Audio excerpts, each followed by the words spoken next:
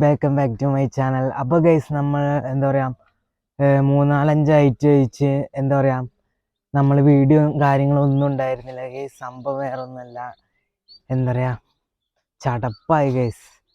സ്കൂളും ഉണ്ട് ഗൈസ്.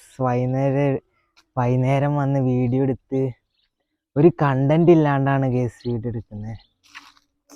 ഇനി തൊട്ട് നമുക്ക് നോക്കുക ഗൈസ് എങ്ങനെയുണ്ട് അവസ്ഥ എന്ന്.